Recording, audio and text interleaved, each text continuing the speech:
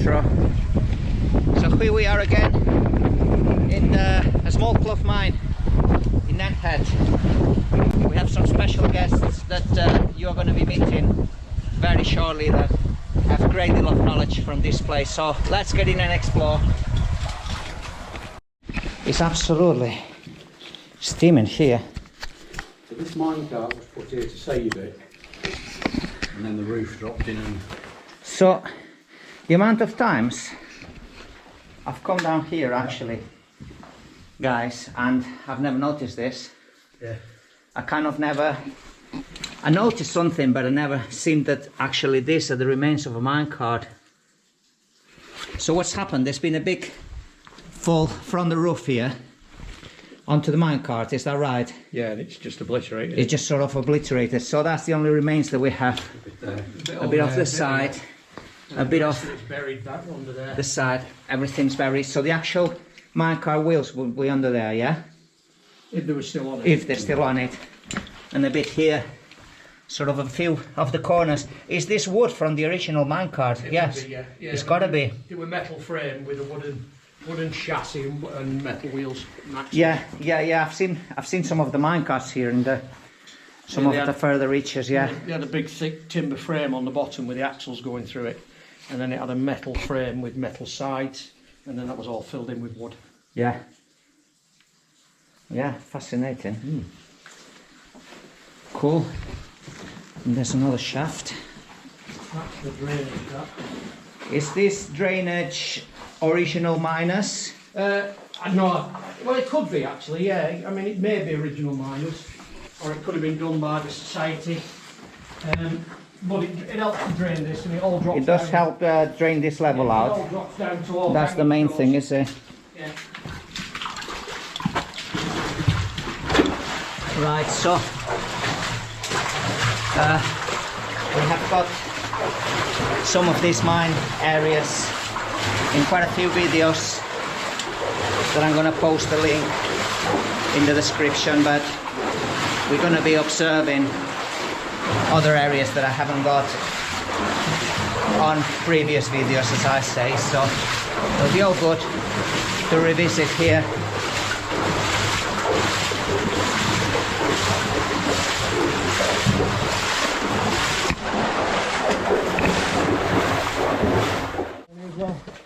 What's moving? These walls are starting to move a bit now.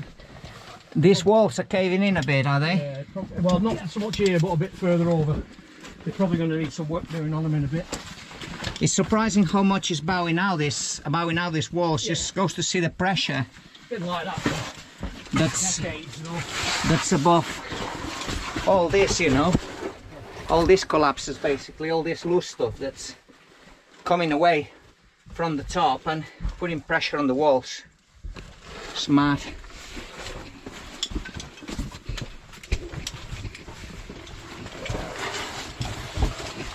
This is the one that's moved recently. So there's been recent movement. Yeah, it's now been scaffolded up. But what it did was it opened up that over there, which is another little set of flats over the back there. Because all this was packed wall. Oh, so the actual collapse has opened another area of the mine there. Yeah, it's just all that's happened. The collapse is all packed wall, you see, and the packed walls come down, that's moved in. But then it opened up that they didn't know was there. So Wow, it's not interesting. very big, it's only a little pocket, right? So it just goes to show how much the Nenthead Mines Society are preserving this place, keeping it open with all the, you know, conservation of or prevention of collapses, really. Wow.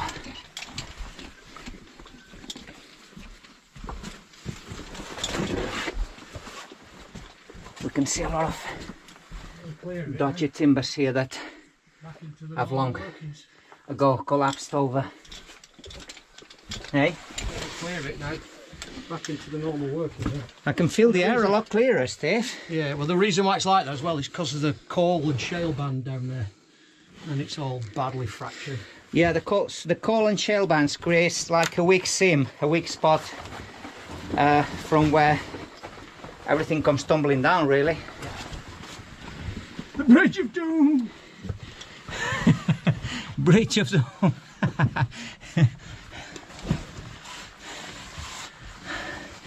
You could probably break your leg, that's about it, I think. You have to try hard. Worst case scenario. And get a bum full of coffee, cotton candy. The Bridge of Doom! No!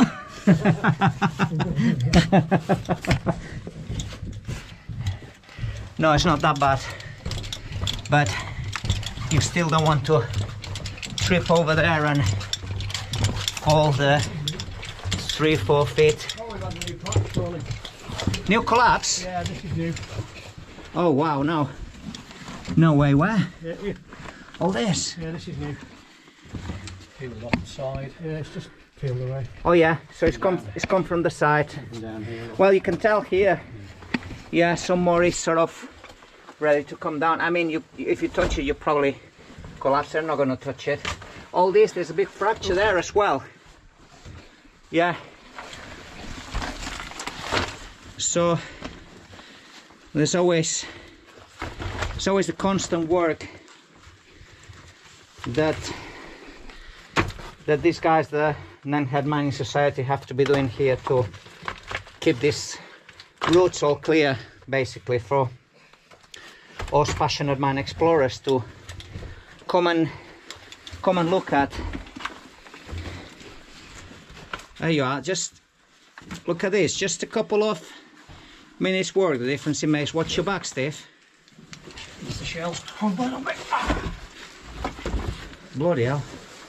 That's a heavy one. Yeah. Yeah, it's made a big difference already. I'll do a little bit more some other time. Yeah.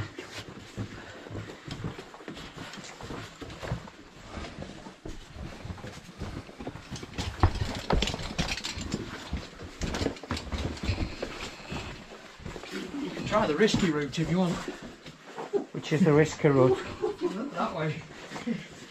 That looks rather collapsed over there.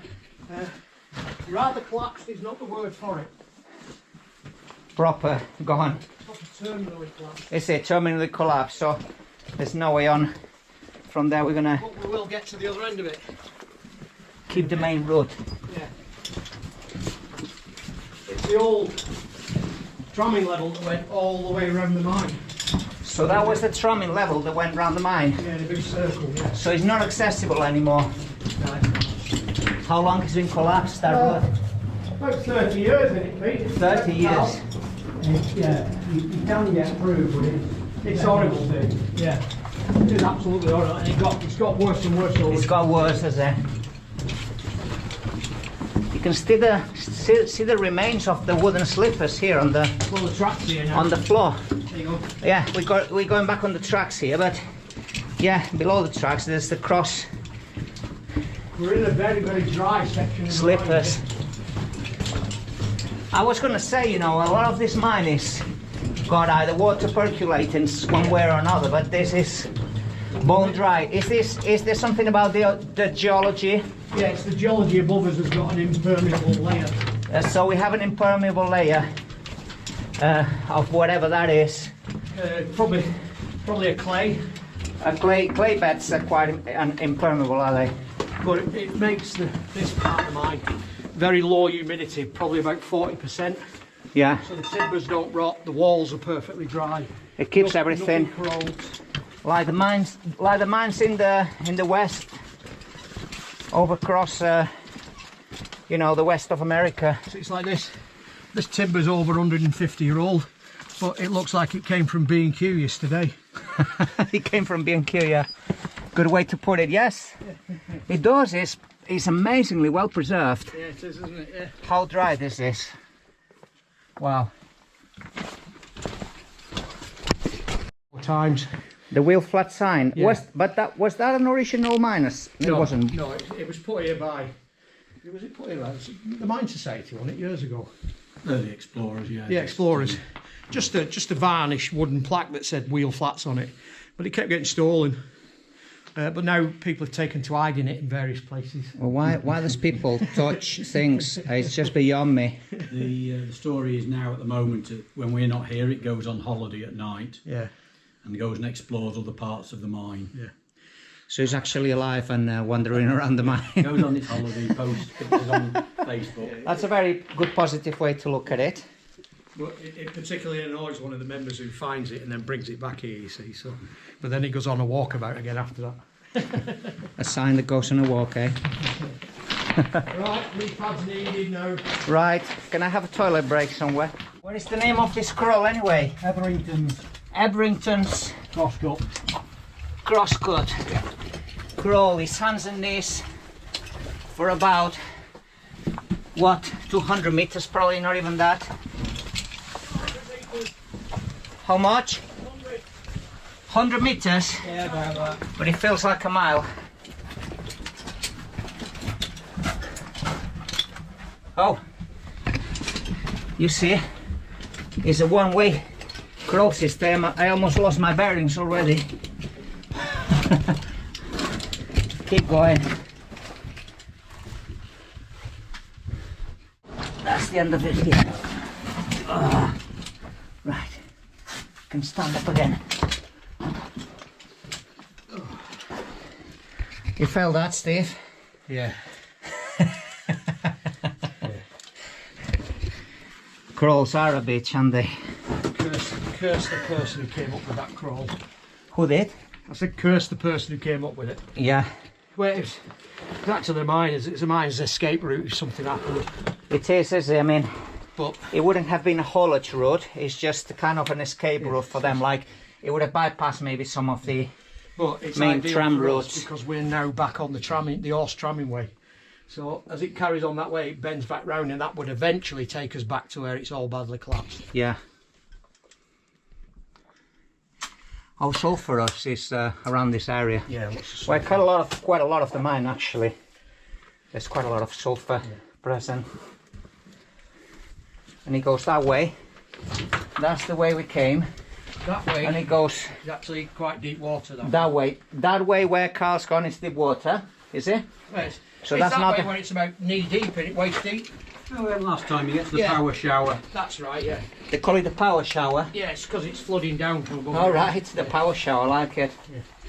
Now that's the crawl we came through. It's the air is blasting nicely Yeah. out of here now. It's quite a well ventilated mine, this one. Yeah. I don't think we need knee pads now, do we, Karl, from here?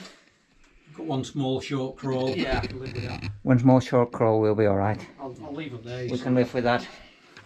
Rather than take them with me.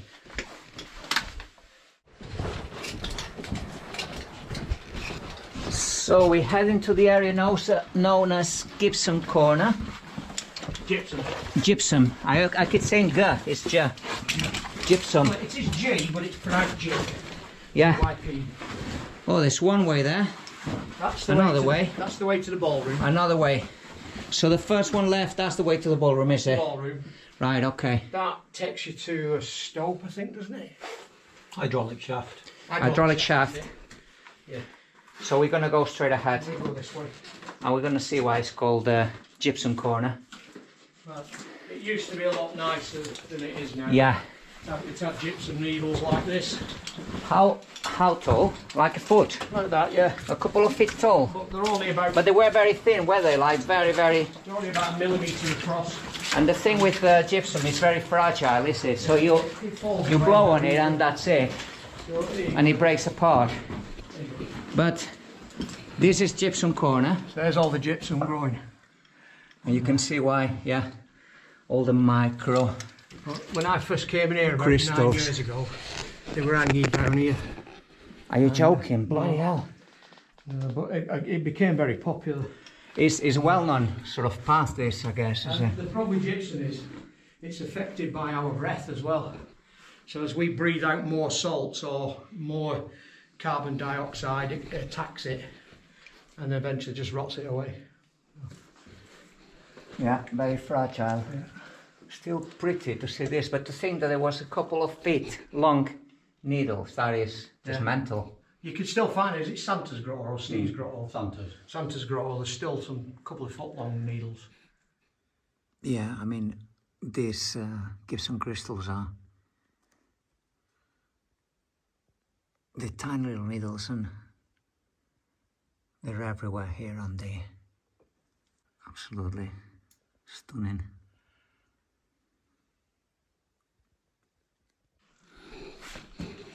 Wow. Santa's Grotto, yeah, that's a good name. You just picture it, Santa's Grotto, yeah, a lot of icy sort of formation needles, yeah, because that's what it looks like. Hard to get to, that one, isn't it? Yeah. It's that way, isn't it, Carl? We're good? Yep, very left, yep. Right, let's follow Steve. Is that your hat? No. Who's left a hat there? Somebody's left a Benny hat. Right, got a bit of a hands and knees, not too long though. Let's get on with it.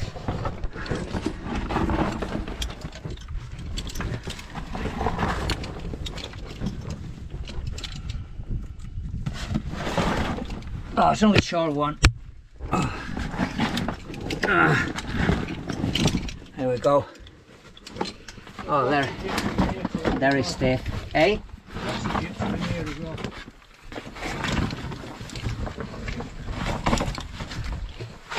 What's there? Gypsum. Oh, it's all along the roof here. Oh yeah. You can see how clear these needles are, how crystally. I mean, if you're into macro photography, you have a fill here, yeah. Would you? Yeah, these would make a good macro, yeah. Because there's kind of like little noodly ones, like little round ones. Yeah, well, when you get close up to it, you'll see it's like a tree growth, but the growth is like little nodules growing off a central stem. Gypsum is the same. It's salt. I mean, it's salt basically. It's like a salt, like a bit like sodium chloride. Like sodium. It's got sodium. Yeah, it's calcium sulfate. Calcium sulfate. Calcium sulfate. Calcium sulfate. That's what it is. Or variations. And it's the same mineral that grows in the giant crystal caves in Mexico. That's right. Yeah. Am I right to say that? Yeah. In the Cave of Swords. Yeah. Yeah. Yeah, it is a nice one here. So, there's some nice big lumps there. They're very pretty, are they? When you actually start looking at them. Yeah. You kind of get mesmerized by them. Yeah, very nice. Wow. There's some nice ones there. Some quite well formed growths there. Wow, that tiny little. Yeah. And then they stop there. Like almost like a quartz tip, you know, like hexagonal sort of. So what's happening there is the wind that's blowing through is blowing down that wall, and then he's stopping against here, and that is depositing all the gypsum on the wall as it's blowing the moisture down. So it's the moisture in the air that's depositing the gypsum here. Wow, that's interesting.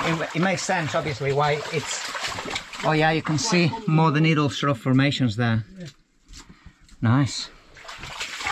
Right, on we go. Got quite a lot to walk. This is this wooden frame trying to stop the bowing out of the walls. Yes, stop the walls. The bowing in, basically. Yes. Yeah. Yes.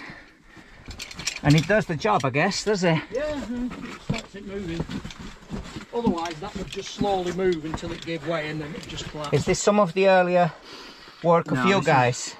This is a team of mine explorers dug this out and put these in, the gallops in, to keep this area of the mine open. Just as yeah, because potentially this could all implode in basically with the pressure. It's just very obviously bowing out. I mean, it's at a critical bowing out. It's shale behind it as well, that's why it's bowing. Yeah. Because the shale's pushing inwards. The limestone's at the bottom there. So every bit of preservation here is good for us mine explorers, really.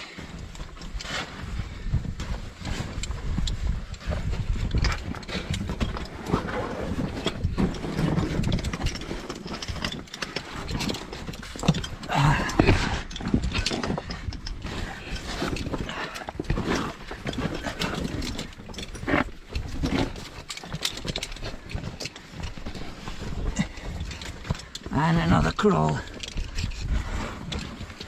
All there. We're basically walking on very old collapses, are we? Yeah. I mean, that one's just come through. that they've been It's a shale pocket that just fell down. trampled and trodden, but There you go, you see a good example in here. What the miners have tried to deal with, a big shale dome has collapsed in. So the miners have put the wall up to try and stop it coming this way. oh yeah, of course, yeah. It may have even had a continuous tunnel at some point. It would have had, looking at this, there would have been a continuous Tunnel, and the tunnel's gone. stone tunnel, And it's, but it's just the roof keeps coming in. it's the stuff of nightmares, this But it looks like brickly shale, is it? it's actually reached a solid roof. Or Yeah. a solid-ish roof. Solid, Anyway. a bit more solid than the rest of it, And seems it's to this be. stuff at the sides that keeps peeling away. Because all this shell, obviously, over the millennia has been compressed and Well, if you look torn on the to back wall sides. here, you can see the actual geological folding where the ground's moved and it's pushed it in two directions Yeah. like that. And that's what makes it so brickly as well. What kind of sediment geologically are we talking? Are It's a they form of are they slate. marine? Are they marine sediments? No, it's a mud sediment. So Shale. it's like a lagoon mud. So like a shallow lagoon sort of Yeah. sediment. And isn't shale a form of decomposed slate? All the way around. Or slate is more compressed? Take a slate and compress it. It becomes... Sorry, if you take shale and compress it, you get end up It with a becomes slate. slate. Yeah, because it's a metamorphic And rock it's all to slate, do is it? with the degree of temperature and pressure. Yeah, temperature. Yeah, you yeah. apply. That's why it's a metamorphic So rock, because there's been these are the heat more, applied to the these are the more sediment. loose sediments, and then it gets compressed down into a shale, right? Yeah. Into a So this slate. is at low compression. Yeah. The slate's at high compression. Yeah. And it may also have had temperature. Yeah. And the two are related, obviously, if you're at depth. So if something's got buried and pushed down, then it gets more and more pressure. But because of the geothermal gradient, you also get heat. And then the shale beds have all been lifted afterwards to bring them back up towards the surfaces. Like in Wales, where they're almost vertical in one point, where it's the geological thrusting has gone like that and pushed it up vertical. That's sort of Abercleffeni, Ratgoed, what's it called? Henglobfer. They're all the vertical ones. Yeah, they're on the same area where the On the same the bed, foldings, the horizontal beddings have been pushed vertically. pushed vertically. Yeah, yeah, And yeah. then when you go over towards Blanau, they're the ones that are at 45 degrees, which is more typical for slate, which is just a slight up thrust. Anyway, Did you want to go first, It's Tony? your bit while of the water's clear? yeah, do Geology lesson for the day. you want to get the water? The water's going to be clear if you want to go first. Yeah, so And nice to see you. They're not clouded up.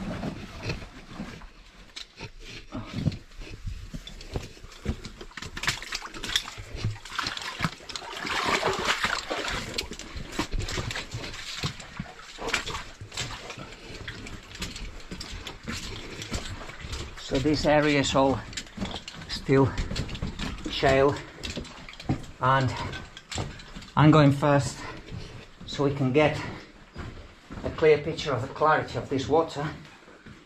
Wow. Yes, if you look off to the sides, there are some deep sumps and they're quite a nice blue colour. Yeah. Yeah. All right. So we're Blue gonna colour in the water. walk the side of the sumps, are we? Obviously. Yeah. Because The blue colour in the water, Tony, has got nothing to do with copper, no. which is what a lot of people think it is. It's actually to do with the fact that white light, when it hits water, splits into its three colours of red, green and blue. Yeah. And blue light is the only one that penetrates deeper, and that's why it looks blue. All right. I don't want to commit to wet testicles. Oh, that's me nuts. This is not even the deepest bit, is it? This is the deepest bit. Oh, it is. Okay. All right. Yeah, there's a sump. So there's a nice It's a bit murky at the moment. flooded shaft. As we say, it is a bit murky. So up here in the north, they were called sumps because that's basically what they were for, was for capturing water to stop the flooding. Yeah. But some of them did go down to... Some were actual shafts that were Shafts driven that to went to lower workings, levels, yeah. basically. Yeah. But for some reason they call them all sumps instead of shafts. Here we go. The silt disturbed already. All right, you can see some rails under the water as well. Just right there. I'm walking on them now.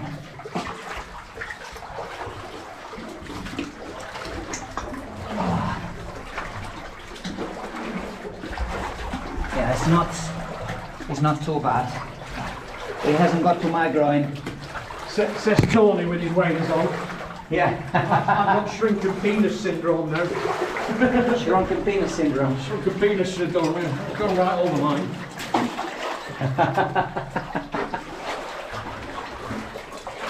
And here we have some of these mud formations that you touch them basically and they fall apart.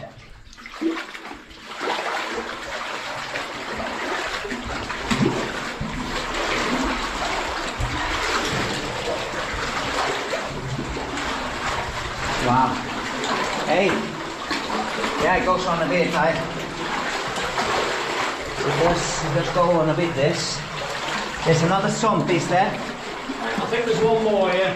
One more sump.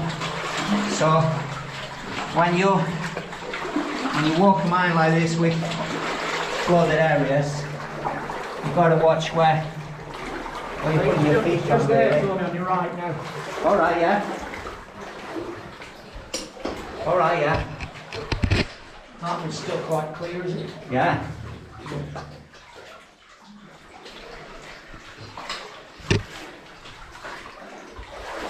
And we'll keep going. It's getting a bit shallower now.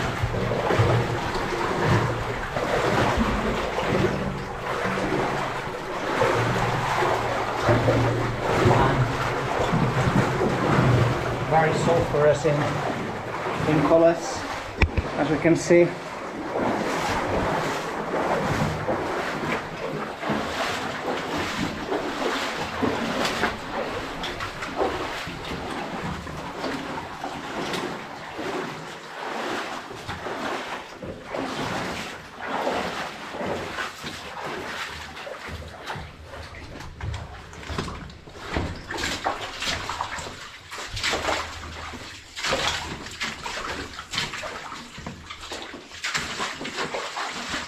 That would have been another sump, I would imagine. What's on the other side of this? Another sump. Yeah, I believe so. Yeah. It's probably just had a roof collapse onto it. That could have been a miner's offering hole where they would stick things in, you know, just to a bit superstitious to protect them. Or it could just be somewhere for putting a candle or sticking a bit the food, you know. But there's a corresponding one. So they are done for a reason, obviously. Yeah, if there was a corresponding one, it was for... They're not accidental. It was for a pole. Yeah, yeah. But if it's a single one, usually it was for storage, like putting your tools in so they're out of the water. But sometimes they used to put like kids' shoes in them, and it was like an offering to you know, for protection sort of thing. Yeah, very superstitious, weren't Yeah, they? very superstitious. Yeah. Yeah. And I was told about this this kind of vertical joint here. Wasn't this purposely done? So if there was a collapse of this section of the arching, then this wouldn't sort of fall away with it. They had standard length and curved formers to make these arches, and you do it in a section, and then, as you say, if this section collapsed, it doesn't bring the whole section of arching down with it. Here's the next one there. So it's about 2 yards in old money, and then they would have a ring. This would be a 4-foot ring. So they would build the wall up vertically like that to about there, and they would put the ring in, one at either end, fill it full of planks, and then build the archway. Then they would knock the planks out, take the rings out and move on. Yeah. And then the arch, when they backfilled the arch, it became very, very strong. Yeah. Oh yeah, it's pure physics. These arches basically they can stand a tremendous amount of pressure, don't they? And that's why they still because the actual pressure spreads out to along the side of the walls. Really, that's why they can stand so. Now, the more weight you put on it at the top, the stronger it becomes. Yeah. It only becomes weak when you push in from the side. Have you ever tried to to grab an egg, not crushing it, but just holding an egg from tip to tip and trying to crush it with your hands. Yeah, you can't. I tried and it's almost impossible. Yeah, you've got to really, really force it. And just think how thin the shell of an egg is, you know, compared to this.